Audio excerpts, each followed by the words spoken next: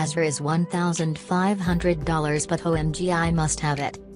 New York, CNN Business, it's a flip phone in an age when no one makes calls anymore.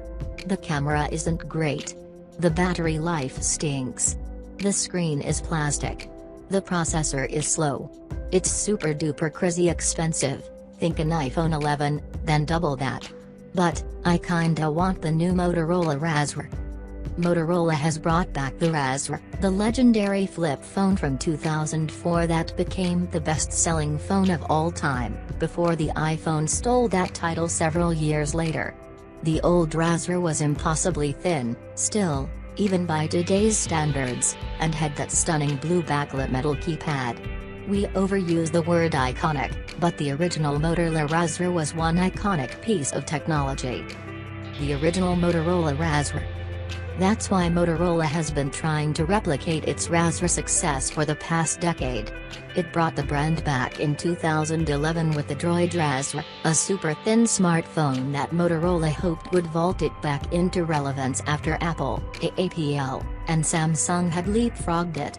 The Droid Razr failed to capture any significant attention.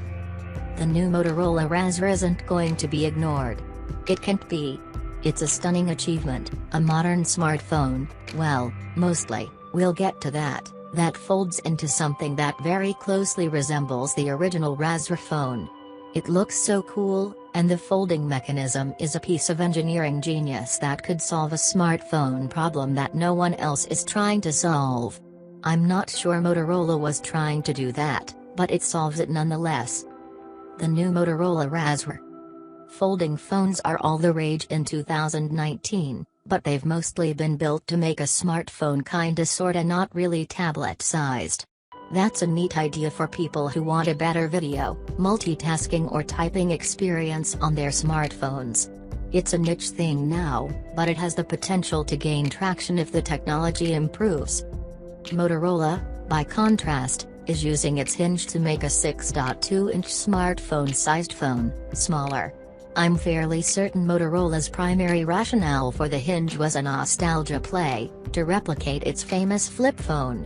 But whether intended or not, the Razr is perhaps the most pocketable smartphone on the market.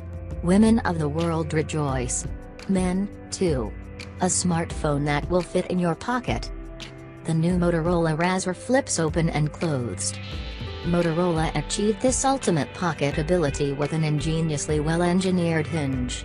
Unlike the Samsung Galaxy Fold, the Razr is perfectly flat when folded, it has no gap. The Razr has two pieces of metal that snap up against the screen to hold it firmly in place when it's opened. Everyone who played around with the phone during its unveiling event Wednesday night said opening and closing the phone was among the most satisfying features of the Razr. Hanging up a phone call with flip is a bygone of the last decade that I miss. Another byproduct of a flip phone is a second screen. When closed, the Razr's front screen displays the time, lets you quickly respond to texts and you can take selfies. The phone has just one camera, which faces front when flipped closed. The second screen offers some helpful tricks, but it's only helpful because you can't access most of the phone's features when it's closed. It's a convenience built in to overcome a built-in inconvenience that other smartphones don't possess. The phone extends into a phone with a 6.2-inch screen. But the Motorola Razr isn't about engineering marvels, pocketability, tricks or convenience. It's about making a smartphone look like the 2004 Razr. It's about buying something that makes your friends jealous.